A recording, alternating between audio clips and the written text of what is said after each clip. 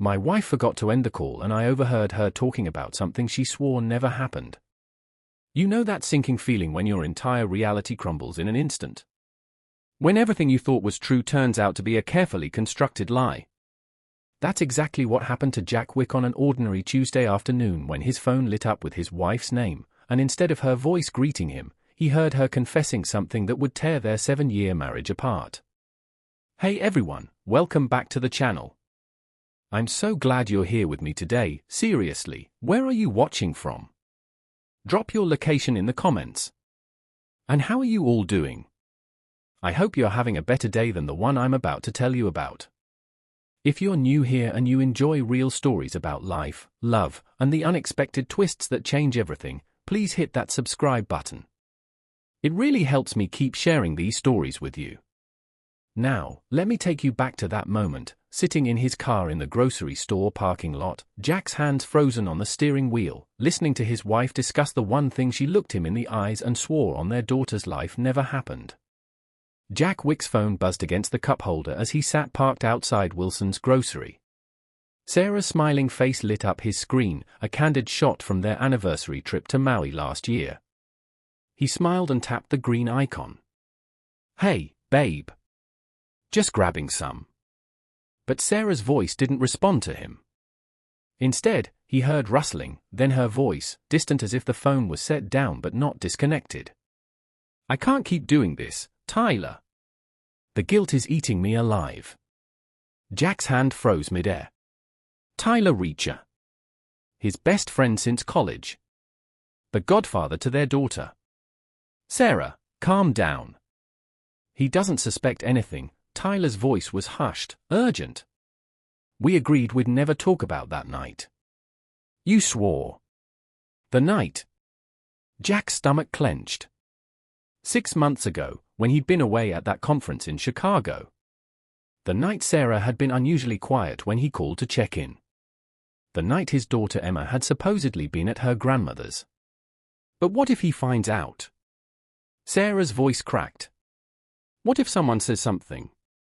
He'd never forgive me. Jack's lungs burned. He realized he'd been holding his breath. The cheerful finger-painting Emma had made him, the world's best daddy, stared up at him from the dashboard, suddenly a mockery. He won't find out, Tyler insisted. Nobody knows except us. But I lied to his face, Tyler. I looked into his eyes and swore it never happened. Jack's vision tunneled. The mundane shopping plaza around him, the woman loading groceries into her SUV, teenagers laughing by the red box, all of it faded away. The world had narrowed to the voices coming through his phone speaker. If Jack ever discovers what really happened that night. Sarah's voice dropped to a whisper, if he finds out the truth about Emma. The truth about Emma? Their 5-year-old daughter? Jack's hand trembled as he gripped the phone tighter, pressing it hard against his ear. Tyler's response came through crystal clear. Then we'd both lose everything. And in that moment, as Jack recognized the familiar cadence of his best friend's voice conspiring with his wife, he knew his life would never be the same again. What had they been hiding from him all this time? Jack sat motionless in the parking lot, phone still pressed to his ear, the voices of his wife and best friend fading as they moved away from Sarah's phone. His mind raced back through 12 years of shared history, searching for signs he might have missed. They'd met during sophomore year at Northwestern, Sarah Balboa, the brilliant art history major with infectious laughter who somehow found his economics jokes funny. Their first date had been a disaster, spilled coffee, fire alarm evacuation, and torrential rain, yet she'd kissed him anyway. Life's messy, she'd said. But that doesn't mean it can't be beautiful. For 3 years, they'd lived on ramen noodles and ambition in that tiny studio apartment. Sarah working double shifts at the gallery while finishing her degree. Jack interning at the firm where he now served as financial director. They'd built their life brick by brick, celebrating each small victory, the first real couch not salvaged from a curb, the security deposit on their first house, the day they paid off Sarah's student loans. The pregnancy had been unexpected. Jack remembered Sarah's trembling hands holding the test, her eyes wide with fear and wonder. "We're going to be parents," she'd whispered. He'd never wanted anything more. Emma Rose Wick arrived on a stormy April morning 5 years ago, tiny fingers gripping his thumb with surprising strength. The first time he held her, Jack made a silent promise: this child would never know the insecurity he'd felt growing up with a father who disappeared when things got tough. Jack would be present. Dependable. Worthy. Now, sitting in his Audi with the air conditioning blasting against his suddenly clammy skin, Jack's deepest fear surfaced. What if he wasn't enough? What if, despite everything he'd built, he still lost them? What if he was fundamentally unworthy of being loved completely, honestly? Tyler Reacher had been there from the beginning. Jack's freshman roommate who became his brother in all but blood. The best man at their wedding who had sobbed more than Sarah's mother. The friend who showed up with pizza and beer when Emma was born, who assembled the crib when Jack was too exhausted to read the instructions. Tyler, the charming risk analyst who never seemed to settle down himself but adored Emma like she was his own. Who came for Sunday dinners every week, bringing Emma little gifts just because. Who accompanied them on their annual beach vacation, taking epic sandcastle building competitions with Emma way too seriously. Tyler, who Sarah was now conspiring with behind Jack's back. The memory of that night 6 months ago swam into focus. Their annual holiday party, the house packed with colleagues and neighbors. Sarah, unusually wound up, drinking more than her customary single glass of wine. Tyler, attentive, refilling her glass, leaning close to whisper something that made her laugh too loudly. Jack had been busy playing host, proud of their beautiful home, their perfect life on display. He remembered checking in on Sarah around midnight, finding her sitting on the stairs, looking dazed. Too much wine, she'd said with a weak smile. Tyler's getting me some water. Jack had kissed her forehead and returned to their guests. The party. The business trip to Chicago 2 weeks later. The night Sarah had sworn never happened. The night that somehow involved Emma. Jack's phone fell silent, the accidental call had finally disconnected. But the damage was done. The foundation of his life had just revealed its first critical crack. His phone buzzed with a text. Sarah, hey babe, can you grab milk too? Love you Red Heart hash. So casual. So normal. As if she hadn't just been discussing their darkest secret with his best friend. Jack started the car, his jaw clenched so tight it hurt. He had a choice to make: confront them now with nothing but fragments of an overheard conversation, or gather more information. Learn exactly what's truth about Emma they were hiding. If you've ever had your trust betrayed, you know that sickening feeling. Hit subscribe if you've been there. Sometimes sharing these experiences helps us all feel less alone in our darkest moments. As Jack pulled out of the parking lot toward home, toward the wife who'd just texted her love, toward the daughter who might not be who he thought she was, one thing became crystal clear: nothing would ever be the same again. Jack drove home on autopilot, his mind still processing the fragments of conversation he'd overheard.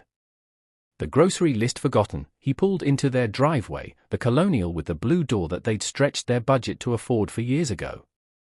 Sarah's garden exploded with late summer color. Emma's pink bicycle with training wheels lay on its side near the garage. His perfect life. Or so he'd thought. He sat in the car, staring at his phone.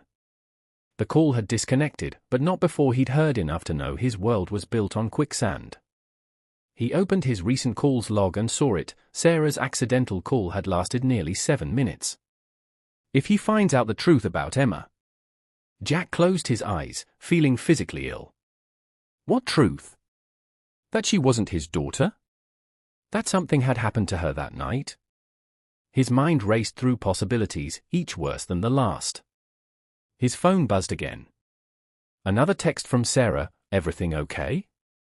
Thought you'd be home by now. He texted back: got caught up. On my way now. Jack took a deep breath and made a decision. He wouldn't confront them. Not yet. First, he needed to understand what he was facing. He walked in to find Emma at the kitchen table, tongue poking out in concentration as she colored a picture.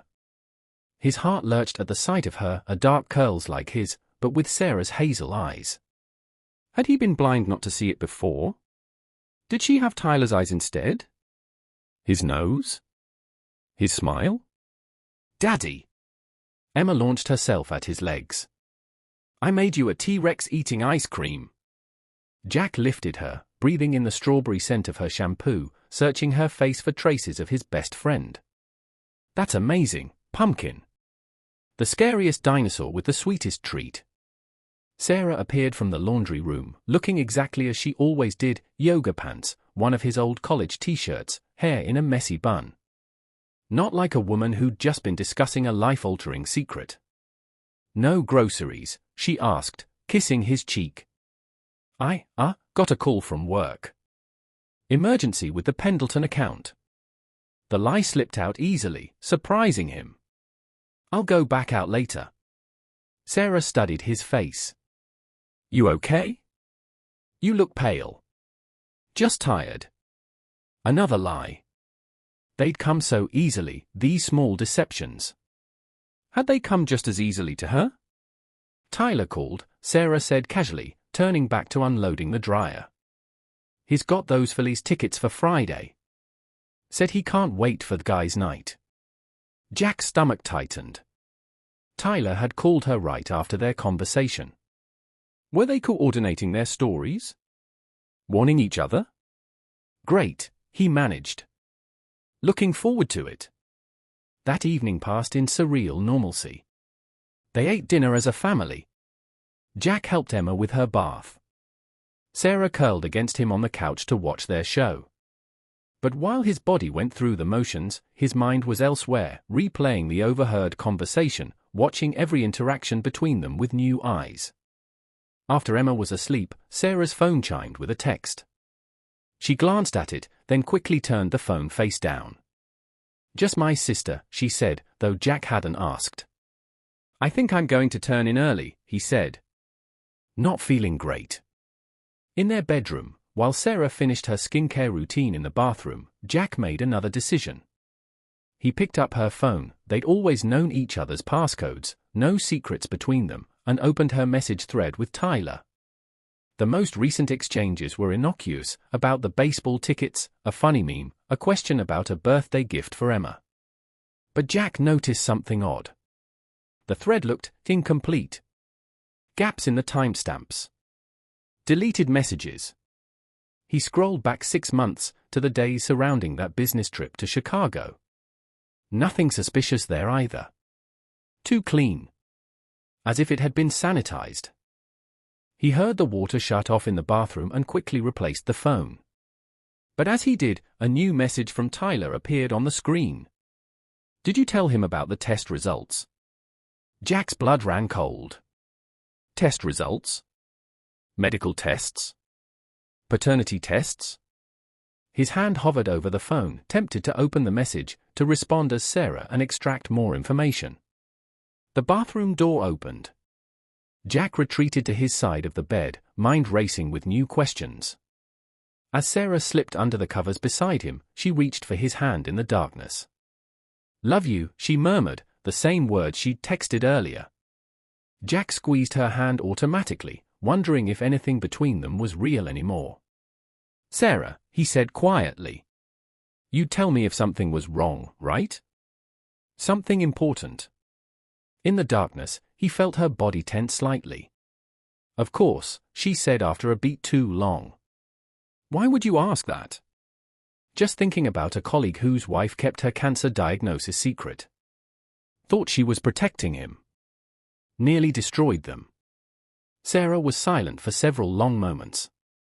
That's awful, she finally said. But we don't keep secrets, Jack. We never have. The lie hung in the air between them, as tangible as a third person in their bed. If he finds out the truth about Emma. Jack stared at the ceiling, his wife's steady breathing beside him, both familiar and suddenly alien. Whatever the truth was, he would find it. And that truth was somehow connected to his 5-year-old daughter, sleeping peacefully down the hall. Honestly, have you ever sensed someone was hiding something from you but couldn't quite put your finger on what? Leave a comment below, I read every single one. And if you're enjoying this journey, please hit that subscribe button. We've only just begun to unravel this mystery together. Tomorrow, he would start digging. And heaven help them both when he finally uncovered what his wife and best friend were hiding. Morning arrived after a night of fitful sleep. Jack watched Sarah move around their bedroom, selecting her outfit for the day, applying her makeup with practiced precision. How many mornings had he observed this routine, finding comfort in its familiarity? Now, he searched for signs of deception in every movement. "I'll drop Emma at school today," he offered, voice carefully neutral. Sarah looked surprised. "Don't you have that early meeting with the finance team?" "Rescheduled." Another small lie. "I want to spend some time with her." 20 minutes later, Jack knelt beside Emma in the school parking lot, adjusting her backpack straps. He studied her face, really studied it, for the first time in months. Her smile, her eyes, the way her nose crinkled when she laughed. "Daddy, why are you looking at me funny?" Jack forced a smile. "Just thinking how lucky I am to have you, pumpkin." "You're silly," Emma giggled, patting his cheek with her small hand. As she skipped toward the building, Jack felt a stab of pain. Tyler had the same graceful gait, a natural athlete's ease of movement that Jack, with his more methodical stance, had always envied. Or was his mind manufacturing connections that weren't there? At work, Jack found himself studying Tyler across the conference room. His best friend appeared entirely normal, making his usual jokes, deferring to Jack on financial matters as he'd always done. Nothing in his behavior suggested he was sleeping with Jack's wife or had any connection to Emma beyond being her godfather. Yet the text about test results haunted Jack. After lunch, he made a call. "Hey, stranger," his sister Natalie answered. "This is unexpected." Jack and Natalie had always been close, despite her living across the country in Seattle. She was the only person he could trust completely right now. "Nat, I need your advice," he said, closing his office door. "An absolute discretion." He told her about the overheard conversation, the text message, his growing suspicions. "Jesus, Jack," Natalie breathed. "That's heavy. But are you sure you're not jumping to conclusions?" "Sarah adores you. Always has." "I know what I heard, national. They're hiding something about Emma." "Then ask her directly. 12 years together deserves at least that much." Jack sighed. "And if she lies again?" "Then you'll know." Natalie paused. "But Jack?" "Be prepared, whatever this is about Emma, it might change everything." After they hung up, Jack opened his laptop and, after a moment's hesitation, installed a tracking app that would sync with Sarah's phone. It felt wrong, a violation of trust, but hadn't she already shattered that trust? That evening, Sarah announced casually, "Tyler's stopping by for dinner Friday. Said he has something important to discuss with us." Jack's pulse quickened. "Oh? Did he mention what about?" "No, just that it's important." She studied him. "Is that okay? I can cancel if you're too busy." "No," Jack said quickly. "I want to see Tyler." The next 2 days became an exercise in surveillance and mounting suspicion. Jack checked the tracking app obsessively, noting Sarah's unexplained 30-minute stop at a clinic on Thursday. He scrutinized Emma's baby pictures, looking for signs he might have missed. Had her features changed subtly over time, becoming less like him and more like Tyler? He found himself noticing every interaction between Sarah and Tyler when his friend stopped by unexpectedly on Thursday evening to borrow a book. The casual touch on Sarah's arm, the inside joke about some art exhibit they'd both apparently attended, the way Sarah avoided eye contact with Jack when Tyler was speaking. Or was he manufacturing evidence? Seeing betrayal where there was only innocent friendship? By Friday evening, Jack was a bundle of raw nerves. He'd barely slept, barely eaten. He'd found nothing concrete, just circumstantial details that could mean everything or nothing at all. The deleted text messages. The unexplained clinic visit. The hushed phone call Sarah took in another room. "You've been distant lately," Sarah said as they prepared dinner together, waiting for Tyler to arrive. Is everything okay at work? Everything's fine, Jack lied, chopping vegetables with unnecessary force. Because you know you can talk to me about anything, right? Her eyes sought his, filled with what looked like genuine concern. The doorbell saved him from responding. Emma raced to answer it, squealing with delight as Tyler scooped her up into a hug. "There's my favorite girl," Tyler exclaimed, presenting her with a small wrapped package. "Brought you something special." Jack watched them, his chest tight with conflicting emotions. The easy affection between them. The physical similarities he could now see, or imagined he could see. "Uncle Tyler, come see my new science project." Emma tugged him toward the living room. Sarah touched Jack's arm. "You sure you're okay?" He nodded stiffly, unable to meet her eyes. Dinner was excruciating. Jack pushed food around his plate, watching Tyler and Sarah interact, analyzing every glance, every casual mention of shared memories. Tyler seemed unusually tense, checking his watch repeatedly. Sarah barely ate, her complexion pale. They were hiding something. It was written all over their guilty faces. As Sarah served dessert, Tyler cleared his throat. "So, I actually have something I need to talk to both of you about." This was it. Jack's hand tightened around his fork. Whatever confession was coming, he wasn't ready for it. "Actually," Jack interrupted, unable to contain himself any longer, "I have something to ask first." Sarah froze, dessert plates in hand. "What's going on between you two?"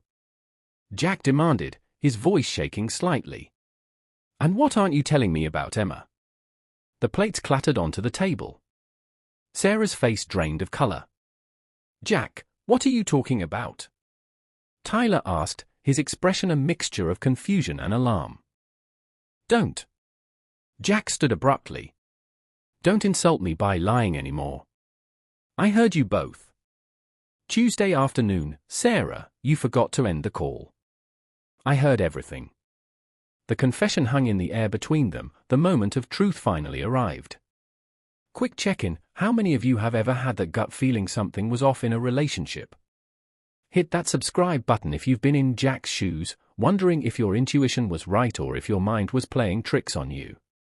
Sarah's eyes filled with tears as she sank into her chair. "Oh God, Jack! How much did you hear?" The kitchen fell silent except for Emma's cartoon playing in the adjacent room. Jack stood rigid, anger and fear coursing through him in equal measure. "I heard enough," he said. "I heard you talking about that night you swore never happened.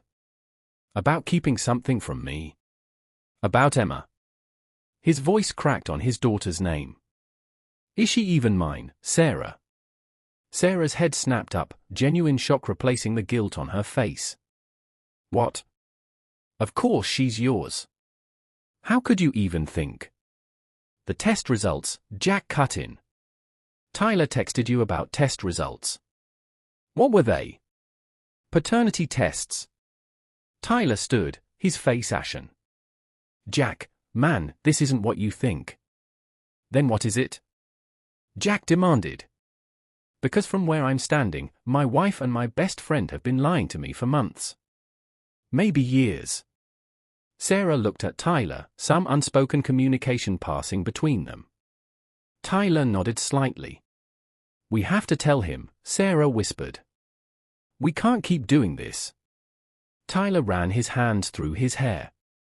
"Sarah, if we do this, there's no going back. For any of us."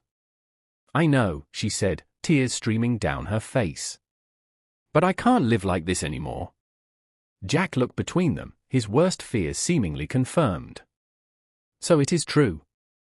You too." "It's not what you think, Jack," Sarah interrupted. "Tyler and I aren't having an affair. We never have." Jack scoffed. "Then what's this big secret involving that night and Emma that you've been hiding from me?" Sarah took a deep, shuddering breath. 6 months ago, the night of our holiday party. You remember how drunk I got?" Jack nodded stiffly. "After you went to bed, I came downstairs to get some water. I saw the garage light on. I thought you were out there, maybe putting away some of the party supplies. Her eyes dropped to the table. But it was Tyler. He was hiding something in the storage boxes in our garage. When he saw me, he looked terrified. Jack turned to Tyler, who wouldn't meet his eyes. Show him, Sarah said quietly. Tyler pulled out his phone, opened an app, and slid it across the table to Jack. On the screen was a financial ledger, one Jack recognized from work. What am I looking at? Jack asked, though a cold dread was already spreading through him. Proof that I've been embezzling from the company for the past year, Tyler said, his voice barely audible. Using your login credentials. The room seemed to tilt. My credentials? What are you talking about? I've been moving money through the accounts you oversee, Tyler continued. Small amounts at first, then larger sums as I got bolder. That night, after the party, I was hiding printouts of the transactions in your garage. Sarah caught me. Jack stared at his best friend in disbelief. How much?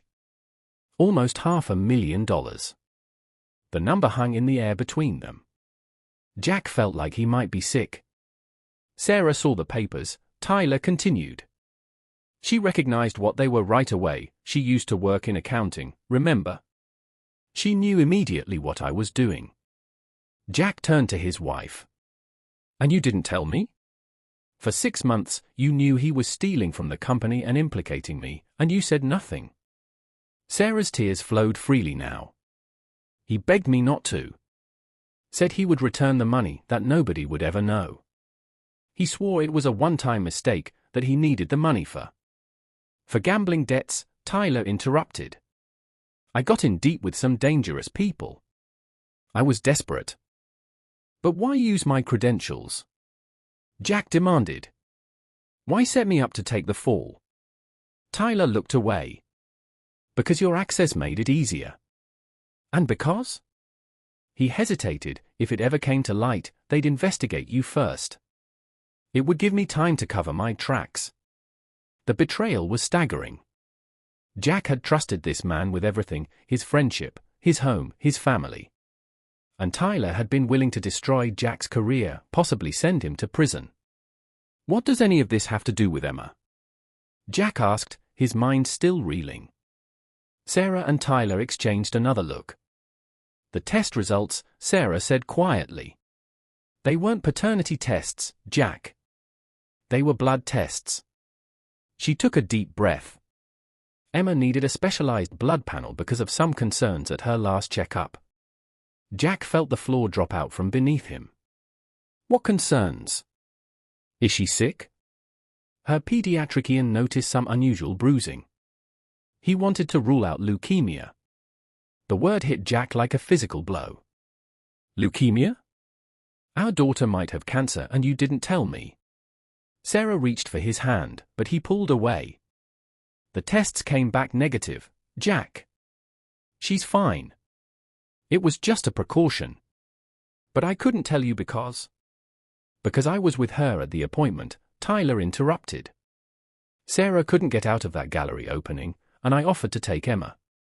The doctor asked some questions about family medical history that I couldn't answer. He looked at me like I was neglectful for not knowing. That's when he suggested the blood work. Jack struggled to process this new information. So when you said if he finds out the truth about Emma, I meant if you found out I'd kept her health scare from you, Sarah said. And that I'd let Tyler take her to the appointment instead of canceling my work commitment. And that I'd been keeping financial records in your garage that could implicate you in my theft, Tyler added. Records that were near Emma's toy chest. If she had found them. Jack sat heavily in his chair, his anger temporarily displaced by confusion and relief. Emma wasn't sick.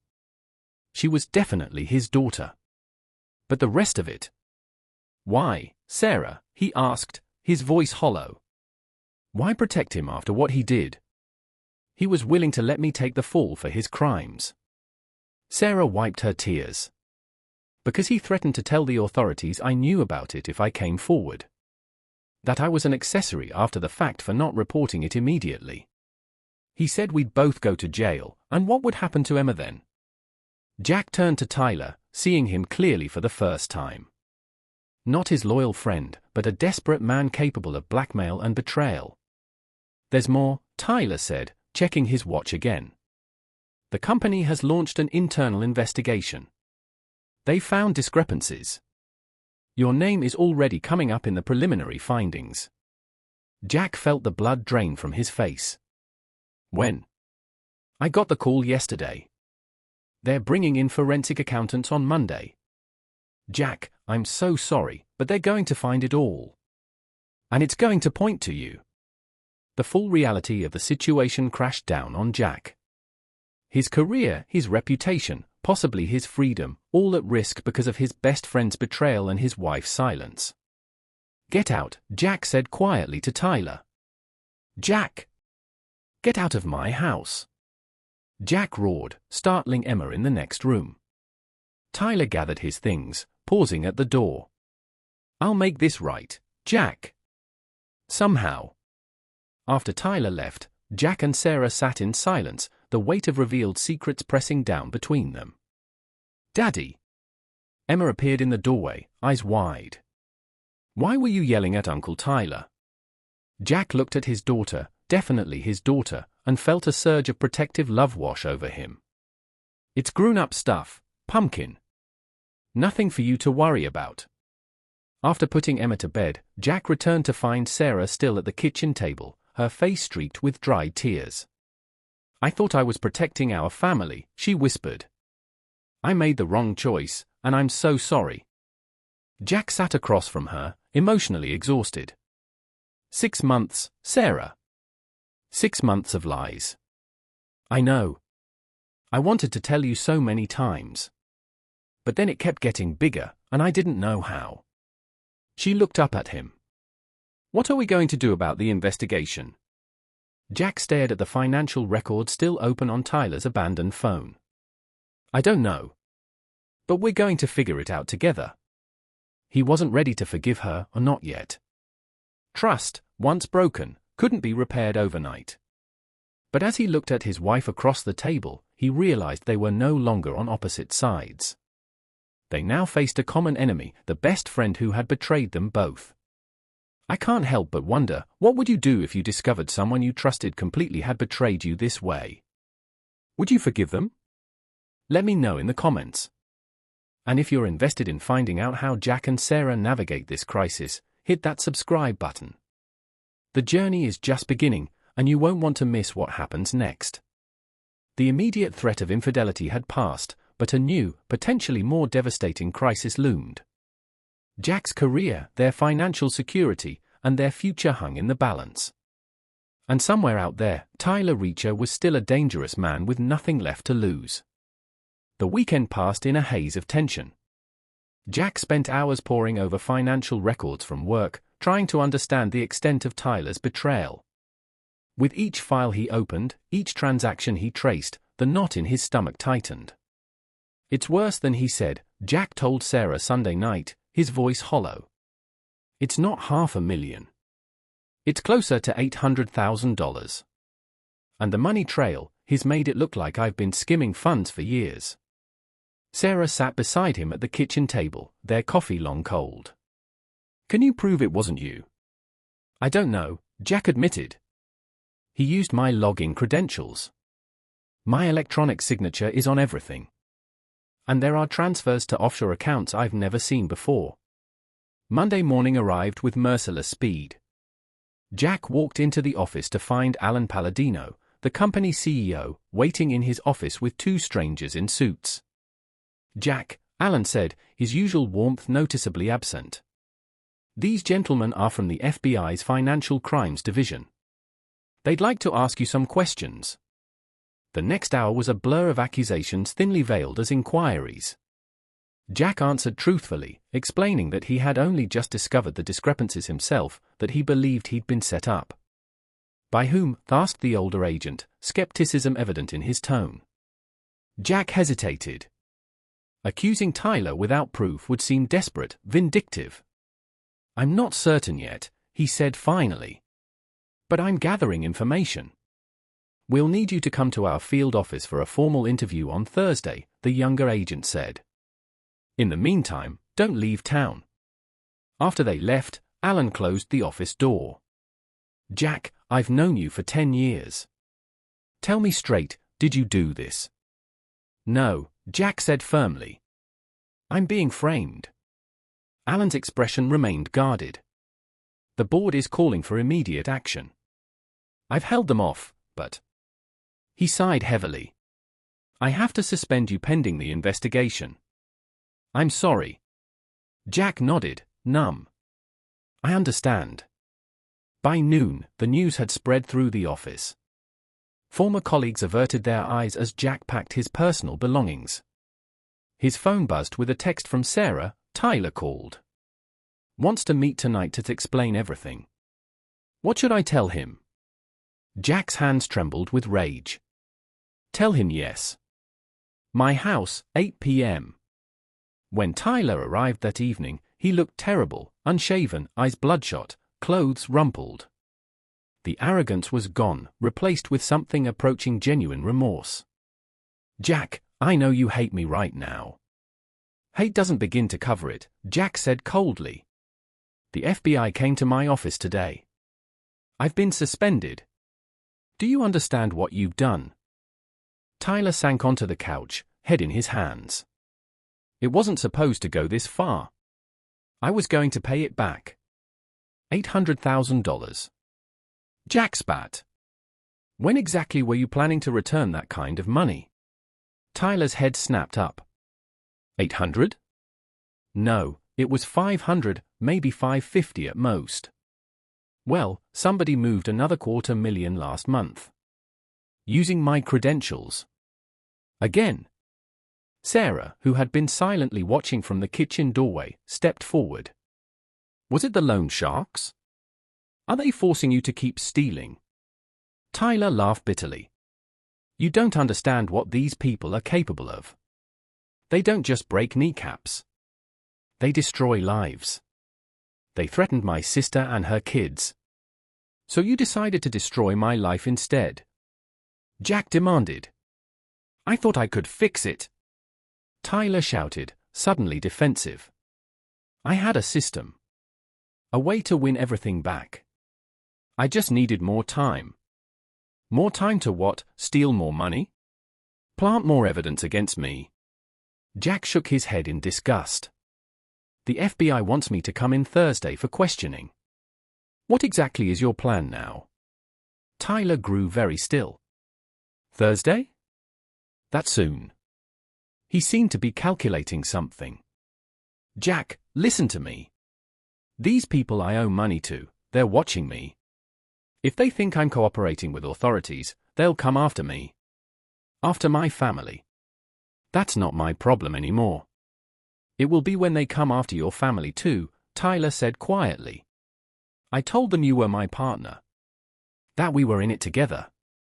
The blood drained from Jack's face. You what? I had to give them something. Tyler insisted. They were going to, he stopped himself. Look, there's a way out of this for both of us. I've booked a flight to Belize tomorrow night. Non-extradition country. I have connections there, a way to start over. You could come too, bring Sarah and Emma. Sarah made a small, horrified sound. You want us to flee the country? Become fugitives. It's better than prison, Tyler argued. Jack, they have enough to put you away for 15 years.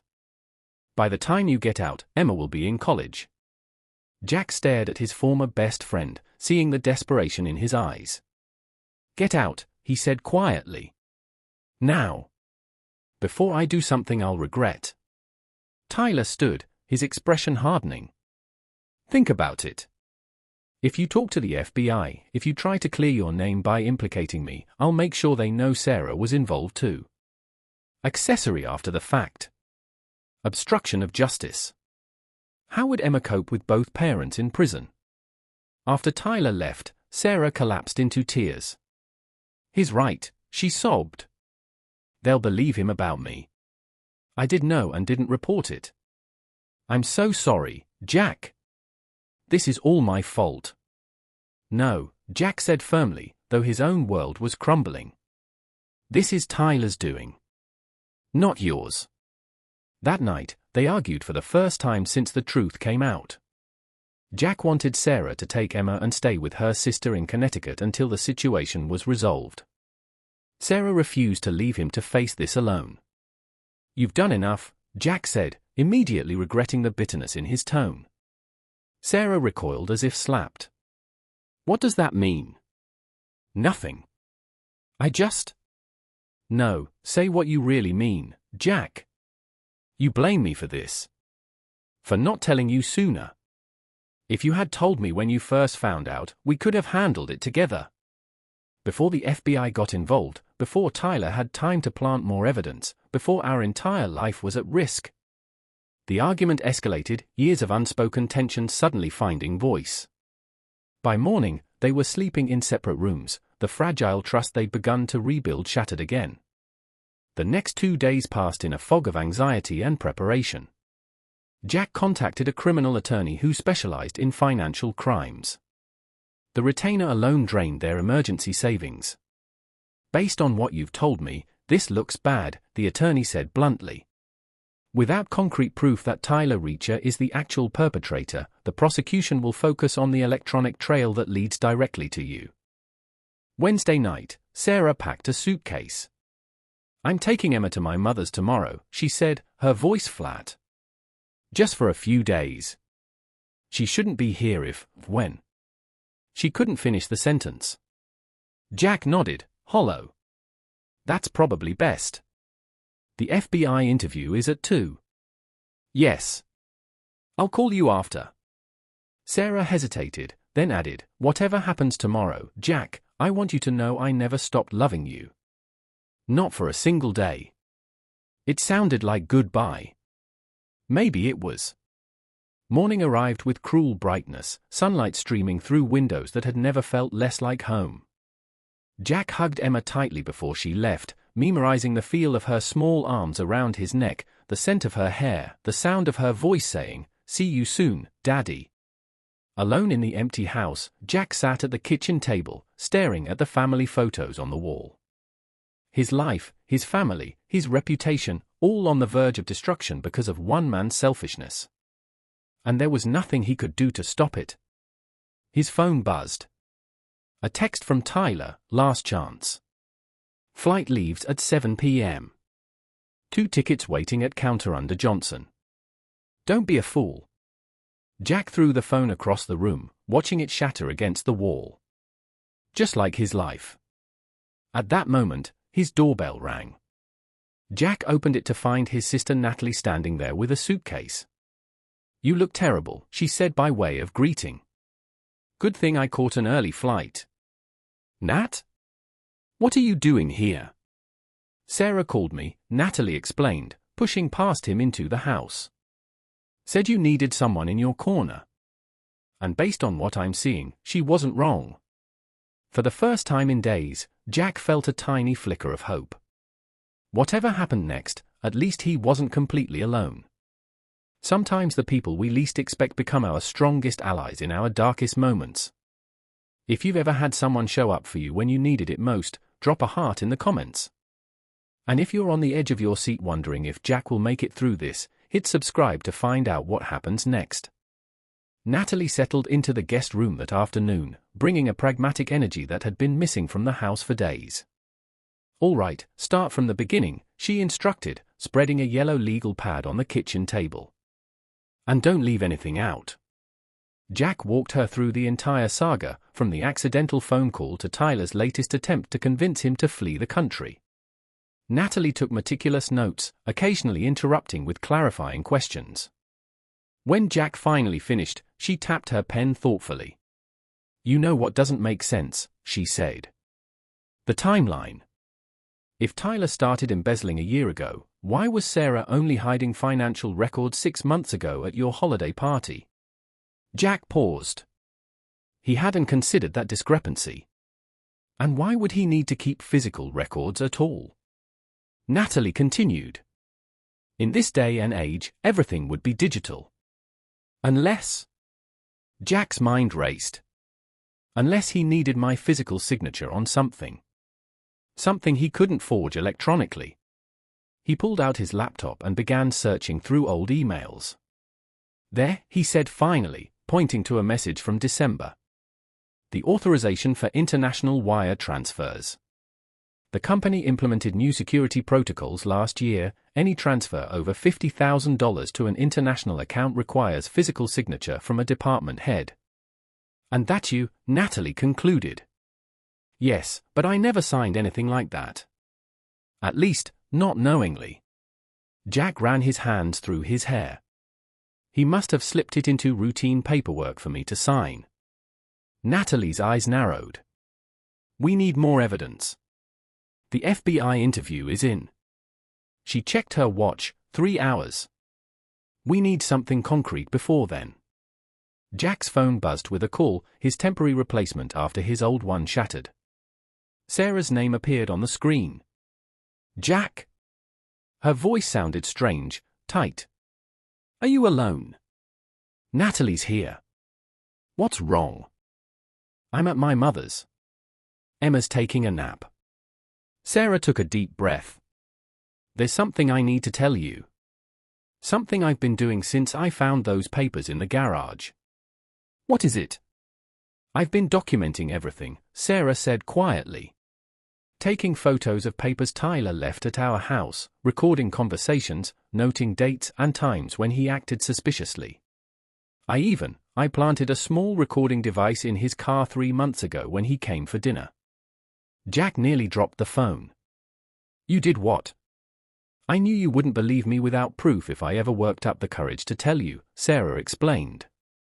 And I knew Tyler would deny everything, make me look paranoid or vindictive. So I gathered evidence. Just in case. Where is this evidence now? On a secure cloud drive. I'll text you the login information. Jack, there's a recording from last week, Tyler on the phone with someone, discussing the FBI investigation. He knew it was coming. He was prepared for it. Jack felt a surge of hope for the first time in days. Sarah, this could change everything. There's more, she hesitated. I haven't been completely honest with you. That day you saw on the tracking app, when I went to the clinic. I wasn't there for Emma. I was meeting with a forensic accountant, a college friend who owed me a favor. I gave her copies of some of the financial documents I found. She's been helping me understand what Tyler was doing.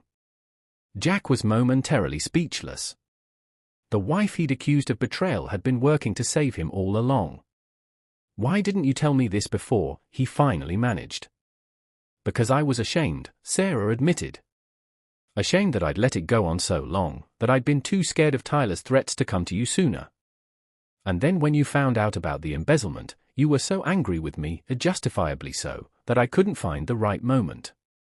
After they hung up, Jack sat in stunned silence as Natalie accessed the cloud drive. There were dozens of files, photos of documents, audio recordings, time-stamped notes, even video clips from their home security system showing Tyler accessing Jack's home office. Holy shit, Natalie breathed, scrolling through the evidence. She built a case. A real case.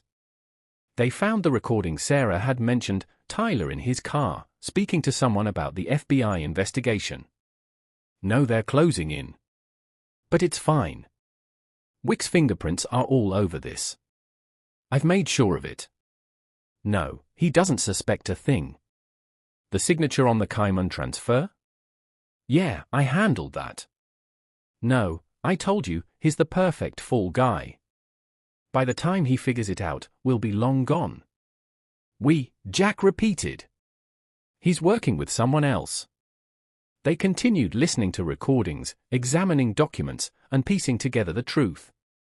Tyler hadn't been embezzling to pay gambling debts, at least, not entirely. He'd been systematically looting the company for over a year, creating an elaborate network of offshore accounts. And he'd implicated Jack at every turn. The most damning piece of evidence came in an email Tyler had sent from a private account to someone named Kay, an email Sarah had somehow obtained. Jack's signature on the final documents. Once the transfer clears on Friday, we're set. He'll take the fall, we split the money in Belize. He has no idea I've been setting him up from the beginning. Friday. Tomorrow. Whatever Tyler had planned, it was coming to a head. Jack looked at his watch. The FBI interview was in 90 minutes. We need to call Sarah back, he said urgently. Right now. When Sarah answered, Jack put her on speaker. Sarah, this evidence you've gathered, it's incredible. But there's something bigger happening. Tyler's planning something for tomorrow. A final transfer. Using your credentials again, Sarah concluded. Yes, but this time I think it's the big one. The one he's been building toward. Natalie leaned forward.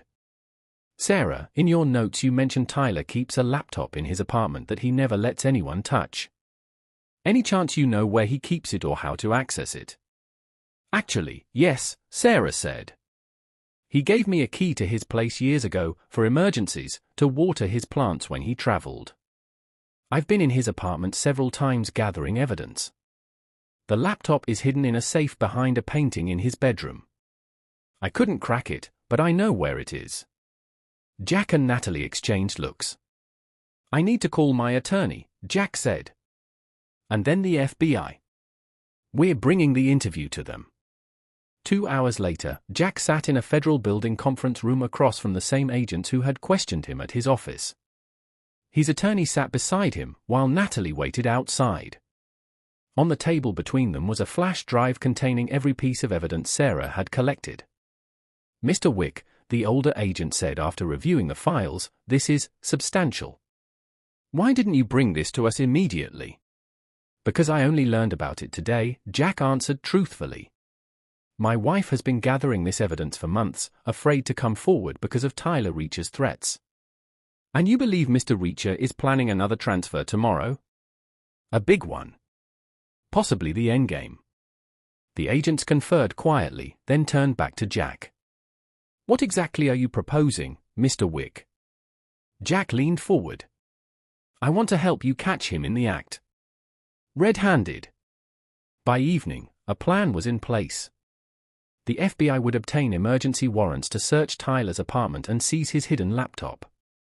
They would monitor all company financial systems for any transfer attempts. And Jack would wear a wire to meet with Tyler, ostensibly to discuss accepting his offer to flee the country. When Jack called Sarah to update her, her voice broke with emotion. I should be there with you. This is my fight too. You need to stay with Emma, Jack insisted. Keep her safe, just in case Tyler's threats about those loan sharks weren't completely fabricated. Jack, Sarah hesitated. If this works, when this works, what happens to us? To our marriage? It was the question Jack had been avoiding.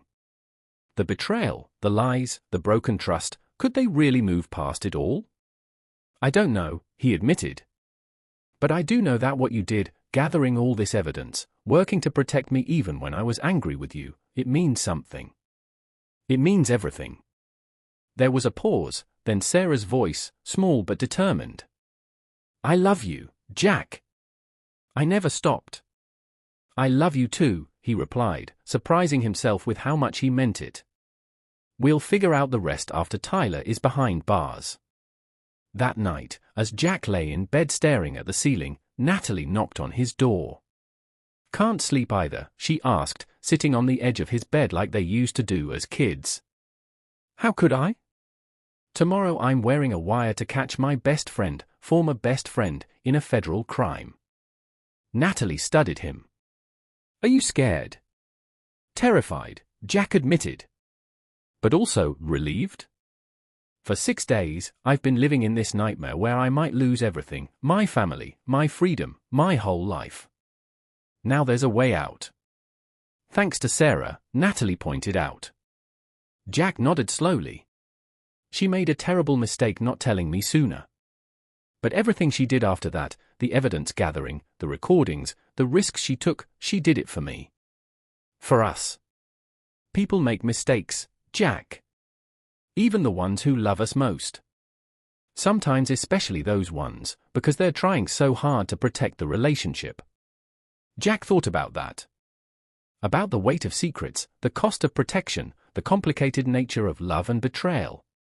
"When did you get so wise?" he asked his sister with a small smile. "Oh, I've always been the smart one in the family," she teased. "Now get some sleep. Tomorrow, we take down the real criminal." If you've ever had to rebuild trust in a relationship, you know it doesn't happen overnight. But sometimes, fighting side by side against a common enemy can remind you why you fell in love in the first place. Hit that subscribe button if you want to see more stories about relationships tested by extraordinary circumstances. And get ready, tomorrow, everything changes for Jack and Sarah. Morning arrived with a sense of surreal calm. Jack dressed carefully in clothes the FBI technicians had prepared with concealed recording equipment. His hands trembled slightly as he inserted the nearly invisible earpiece that would allow him to hear their instructions. "Testing, testing," he murmured. "Can you hear me?" Loud and clear, Mr. Wick, came the response from Agent Horvath, the lead investigator. "Remember, we need him to explicitly admit to the embezzlement and to framing you. Get him talking about the specific transfers if possible." Jack checked his watch. Tyler was expecting him at 10 a.m. at a coffee shop downtown, neutral territory, to discuss their escape plan. The FBI had agents positioned throughout the area, and a team had already executed a search warrant on Tyler's apartment at dawn, seizing the hidden laptop. Natalie drove him to the meeting, squeezing his hand before he got out of the car. "You've got this. We're all right here with you." The coffee shop was busy with morning customers, providing enough background noise for privacy while remaining public enough for safety. Jack spotted Tyler immediately, hunched over a laptop at a corner table, looking uncharacteristically disheveled. "You came," Tyler said as Jack sat down across from him, relief evident in his voice. "I wasn't sure you would." "You didn't leave me much choice," Jack replied, keeping his voice low. "The FBI interview didn't go well yesterday." Tyler leaned forward. "What did you tell them?" "Nothing useful." "But they're building a case, Tyler. They have the transfer records, the authorization forms. It's only a matter of time. Which is why we need to leave. Tonight." Tyler slid an envelope across the table. "New passport. New identity. The flight's at 8 p.m. Sarah and Emma can follow next week, once things cool down." Jack took the envelope, buying time. "How exactly does this work once we get to Belize?" "The authorities will freeze my accounts once they realize I've fled." "Already handled," Tyler said with a hint of his old confidence. "I've been moving money into untraceable accounts for months. Your share, let's call it compensation for taking the heat, is about $2 million. In Jack's ear, Agent Horvath whispered, "Good, get him to elaborate on the money." $2 million out of how much total?" Jack asked. Tyler smiled thinly. "Does it matter?" "It matters if I'm risking everything. I want to know what the payoff is." "Fine. The total's just under $10 million. The bulk of it moved gradually over the past year. But the big score happens today, another $3 million transfer that's already queued up in the system under your authorization." Jack felt a chill. "Today? Using my credentials again?" "One last time," Tyler confirmed. "It's scheduled for 3 p.m. By the time anyone notices, we'll be in the air. That's why you've been pushing the Belize plan so hard." Tyler shrugged. "The timing worked out conveniently. The FBI investigation forced my hand, but the plan was always to frame you and disappear. The gambling debts I told you about? That was just to gain your sympathy.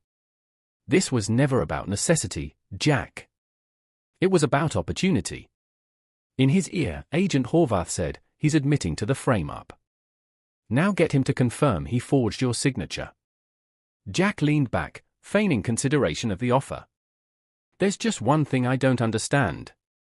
How did you authorize the international transfers? Those require my physical signature." Tyler's smile turned smug. Remember all those documents I had you sign for the Peterson account last year? I slipped in authorization forms with the signature lines positioned identically. Then it was just a matter of copying your signature onto the real forms. Child's play. And the electronic transfers? My login credentials have two-factor authentication. Please, Tyler scoffed. I've been looking over your shoulder for years, Jack. I know your passwords, your security questions, even that little pattern you trace on your desk before entering sensitive information. I know you better than you know yourself. The familiar surge of betrayal rose in Jack's throat. Clearly not, or you wouldn't have thought I'd go along with this. Tyler's expression hardened. Don't get self-righteous on me now. You're here, aren't you? Ready to run away rather than face the music.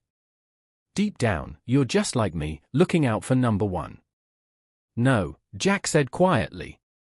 I'm here because you threatened my family. Because you put me in an impossible position. And now I'm offering you a way out. $10 million split between us.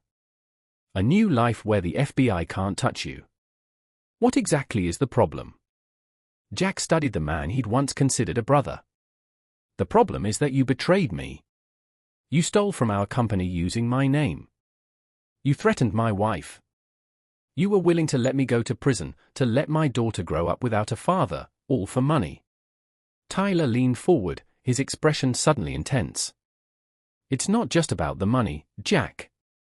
It's about freedom. About taking what you want instead of waiting for someone to give it to you.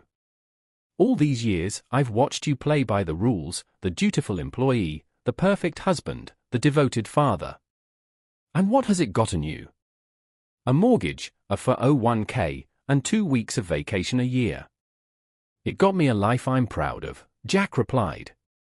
People I love who love me back. Real happiness, not whatever you're chasing. Something flickered in Tyler's eyes, perhaps a moment of doubt or regret. But it passed quickly, replaced by cool determination. So what's it going to be, Jack? Are you coming with me tonight, or not? In Jack's ear, Agent Horvath said, We've got enough. Give the signal when you're ready for us to move in. Jack took a deep breath. This was it, the moment to end Tyler's betrayal once and for all. Before I decide, he said carefully, I need to know one thing. Was any of it real? Our friendship? All those years? For the first time, Tyler looked genuinely affected. Of course it was real. You were like a brother to me, Jack. That's what made you the perfect mark. I knew all your habits, your weaknesses, your blind spots. I knew you'd trust me without question. And the final transfer today? The one at 3 p.m.? That's definitely using my authorization. Tyler nodded. Already programmed into the system. $3 million to an account in Singapore, which will then be dispersed to our Belize holdings. Untraceable. Jack reached up and tugged his earlobe, the signal. What's your answer, Jack? Tyler pressed. Are you in or out? Neither, Jack said calmly. I'm actually right where I need to be. Tyler's expression shifted as he registered the change in Jack's demeanor. His eyes darted toward the door, but it was too late. FBI agents were already moving into position around the coffee shop. You're wearing a wire, Tyler realized, his face draining of color. You should have known I'd never run, Tyler. I'm not like you. I don't abandon the people I love. Agent Horvath approached their table. Tyler Reacher? FBI. You're under arrest for wire fraud, embezzlement, identity theft, and conspiracy to commit financial crimes. As the agents handcuffed Tyler, his shock gave way to a cold fury. You idiot, he hissed at Jack. You think this fixes anything? The transfer is still happening at 3 p.m. It's automated. And there are people counting on that money, dangerous people. You mean your partners? Jack asked. The mysterious AK you've been emailing? The FBI has your laptop, Tyler. They're unraveling everything as we speak. For the first time, real fear flashed across Tyler's face. You don't understand. These people, they won't just come after me. They'll come after anyone connected to me. Including you and your family. Agent Horvath interjected, we've already identified your associates, Mr. Reacher. Additional arrests are being made as we speak. The loan sharks you owe money to are also under investigation. As they led Tyler away, he looked back at Jack one last time. I never meant for it to go this far, he said, an unexpected vulnerability in his voice. The gambling debts, that part was true. I was desperate. These people threatened my sister's family. I had to do something. Jack stood, unable to summon any more anger for the man who had nearly destroyed his life.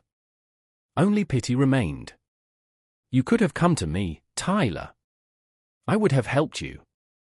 Would you? Tyler asked as the agents guided him toward the door.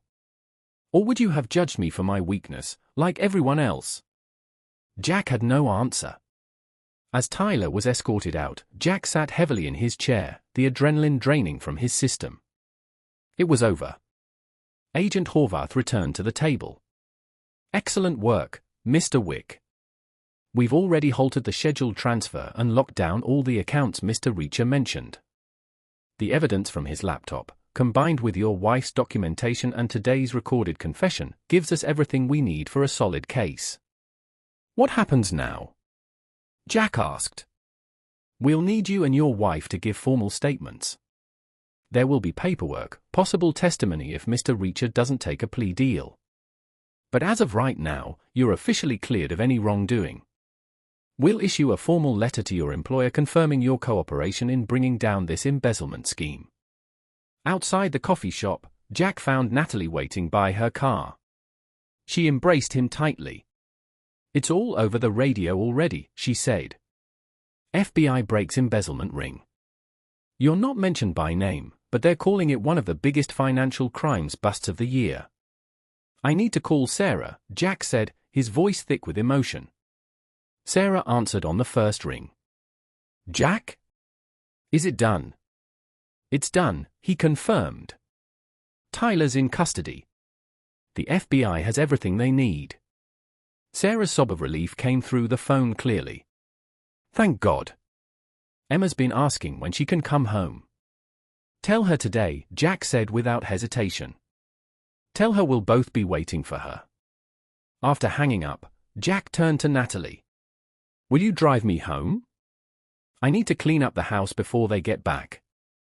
During the drive, Jack's phone rang continuously, his boss, colleagues, even the company CEO, all calling to express shock about Tyler and relief that Jack had been cleared. Funny how quickly people choose sides once they know who's won, Natalie observed dryly. At home, Jack walked through each room, seeing it with new eyes. The house that had felt like a prison for the past week now beckoned with promise again. He straightened the family photos, put fresh sheets on Emma's bed, and even found time to pick up flowers for Sarah, yellow roses, her favorite. When they finally arrived home that evening, Emma ran into his arms as if nothing had changed. And in her world, perhaps nothing had. She was still loved, still safe, still secure in the knowledge that her parents would protect her. Sarah entered more cautiously, uncertainty in her eyes. But when Jack pulled her into an embrace, the tension melted from her body. I'm so sorry, she whispered against his shoulder. For all of it. I know, he said simply. So am I. But we're going to be okay now. That night, after Emma was asleep, Jack and Sarah sat on their back porch, talking more openly than they had in months, perhaps years. About trust and forgiveness. About secrets kept with good intentions. About rebuilding what had been damaged. I don't know if I could have done what you did, Jack admitted. Gathering all that evidence, taking those risks. Sarah looked down at her hands. I was terrified every day. Terrified Tyler would catch me. Terrified you'd find out and hate me for not telling you sooner. Terrified of losing everything. But you didn't stop. No, she agreed. Because some things are worth fighting for, even when you're scared. Like this family. Like us. Jack took her hand, feeling the familiar contours of her wedding ring against his palm. We have a long way to go, he said honestly. Trust doesn't come back overnight. I know, Sarah nodded. But we have time now. And the truth. That's a good place to start. As they sat together under the stars, Jack thought about everything they had almost lost, and everything they still had to gain. The road ahead wouldn't be easy. There would be Tyler's trial, questions from friends and neighbors, the slow process of rebuilding trust. But for the first time in a week, the future held promise instead of fear. His name was cleared. His family was home. And the truth, painful as it had been, had finally set them free. If you've ever fought to save something precious, a relationship, a reputation, a family, you know that sometimes the hardest battles leave us stronger than before. Hit subscribe to join me for more stories about the incredible resilience of the human spirit when faced with betrayal, danger, and the power of truth. This journey isn't over yet. 6 months later, Jack sat in Dr. Mendoza's office, the now familiar surroundings no longer feeling like foreign territory. Sarah sat beside him on the comfortable grey couch, close enough that their shoulders occasionally brushed, a small but significant sign of the progress they'd made. So, Dr. Mendoza smiled, glancing between them. This is our 20th session together. How are you both feeling about where things stand today compared to when you started? Jack exchanged a look with Sarah before answering. 6 months ago, I wasn't sure we'd make it, he admitted. The betrayal, the secrets, it felt insurmountable. And now, the therapist prompted. Now I understand that healing isn't linear, Jack said. Some days are harder than others. But I've learned that one mistake, even a significant one, doesn't erase 12 years of love and commitment. Sarah reached for his hand, their fingers intertwining naturally. The hardest part was accepting that I had good intentions but made terrible choices, she added. Learning to forgive myself has been almost as difficult as earning Jack's forgiveness. Dr. Mendoza nodded. You've both done remarkable work. Not just in processing the trauma of what happened with Tyler, but in examining the communication patterns that existed in your marriage long before that crisis. It hadn't been easy. Those first few weeks after Tyler's arrest had been a roller coaster of emotions, relief at Jack's exoneration, anxiety about the upcoming trial, lingering anger, and resentment that occasionally erupted in late-night arguments. But they had committed to the therapy process, to complete honesty, to rebuilding what had been damaged. We still have our truth hour every Sunday, Sarah told Dr. Mendoza, referring to the ritual they'd established early in their counseling. 1 hour each week dedicated to sharing difficult truths, fears, or concerns, a safe space where nothing was off-limits and no judgment was allowed. That's been huge for us, Jack agreed. We've talked about things in those sessions that might have festered for years otherwise. As they left the therapist's office and walked to their car, Jack felt a familiar surge of gratitude. 6 months ago, he'd nearly lost everything. Now, despite the scars, his life was richer, deeper, more authentic than before.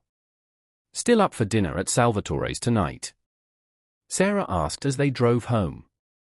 Emma's been talking about their chocolate cake all week. Absolutely, Jack smiled. Family dinner night is non-negotiable. At home, Emma greeted them with her usual exuberance, launching into an elaborate tale about the classroom turtle's escape attempt. At 7 years old, she remained remarkably resilient, her world quickly returning to normal after the turmoil of the previous year. They had told her a simplified version of what happened with Tyler, that he had taken things that didn't belong to him and had to go away for a while. Her innocent question had pierced Jack's heart, but he's still my Uncle Tyler, right? Even if he did something bad. They'd consulted a child psychologist about how to handle it, ultimately deciding on age-appropriate honesty. Yes, they explained, people could do wrong things and still have good inside them. No, Tyler wouldn't be visiting anymore, but it was okay for her to remember the good times they'd shared. As Sarah helped Emma get ready for dinner, Jack's phone buzzed with an email from Alan Palladino, now his direct supervisor since Jack's promotion to Chief Financial Officer 3 months ago. Board approved the new compliance protocols, the message read. Your oversight committee starts next month. Congratulations again. Another piece of their rebuilt life falling into place. After Tyler's arrest and the subsequent investigation, the company had undergone a complete financial restructuring.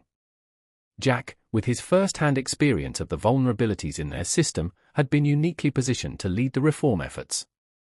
His reputation hadn't just recovered, it had been enhanced.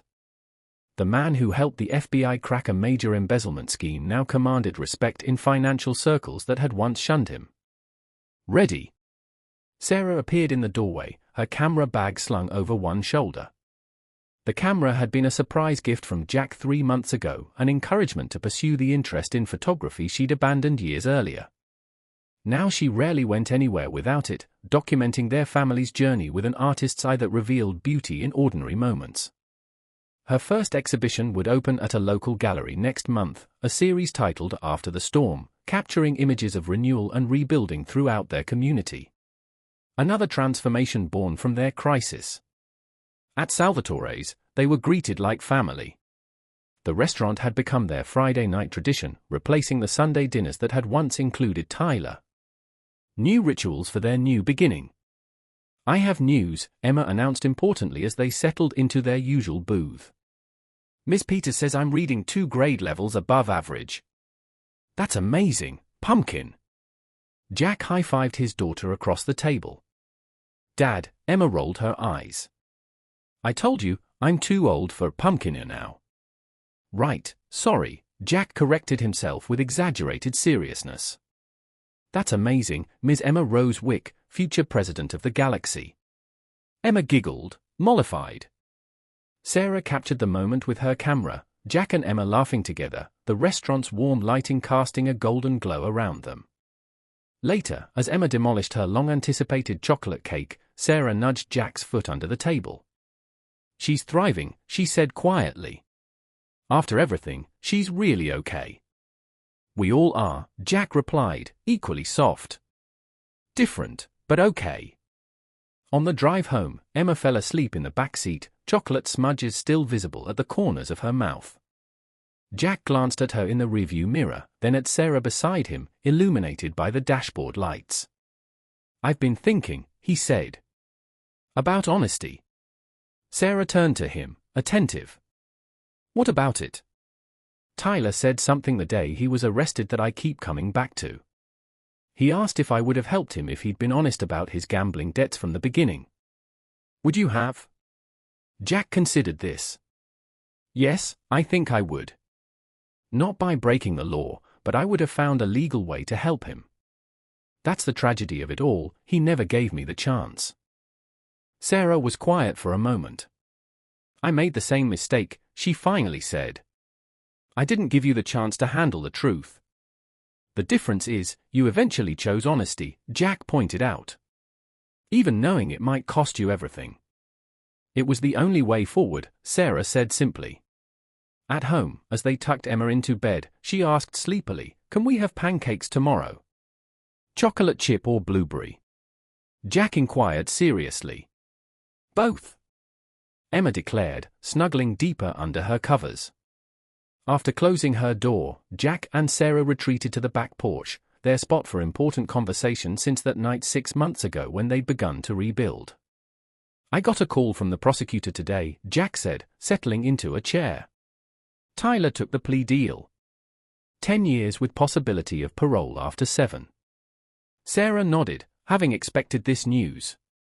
Tyler's former associate, the mysterious K, who turned out to be Kevin Lang, a dark money broker with connections to several criminal enterprises, had already been sentenced to 15 years.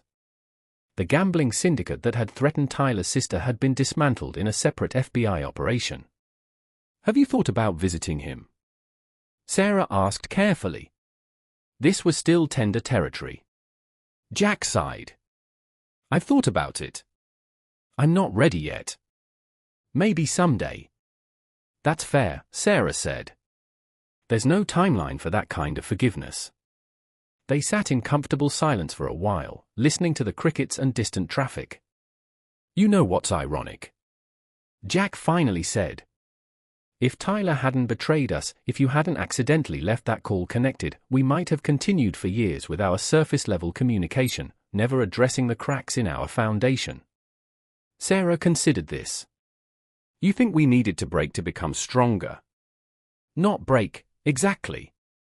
But maybe we needed to see the worst in each other to appreciate the best. Jack reached for her hand.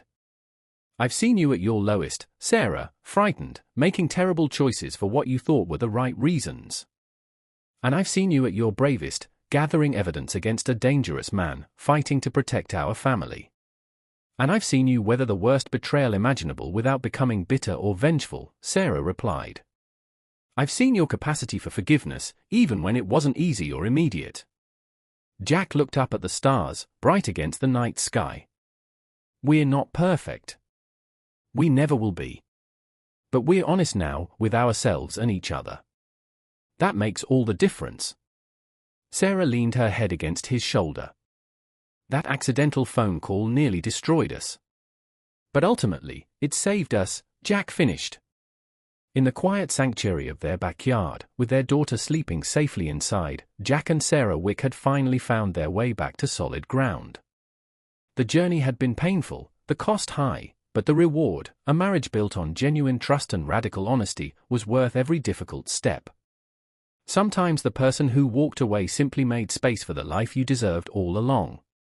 In Jack and Sarah's case, Tyler's betrayal had forced them to confront uncomfortable truths, to rebuild what had been damaged, to create something stronger and more authentic than what existed before. They weren't perfect. Their marriage wasn't perfect.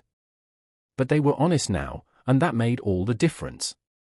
If this story resonated with you, if you've experienced betrayal, forgiveness, or the difficult journey of rebuilding trust, I'd love to hear your thoughts in the comments below. How have you handled trust being broken in your own relationships? What did the rebuilding process look like for you? And if you haven't already, please hit that subscribe button. Every story shared here is about the resilience of the human spirit, the complicated nature of love and betrayal, and the healing power of truth. Don't miss the next journey we take together. Because sometimes, the most beautiful chapters of our lives begin after the most painful ones end.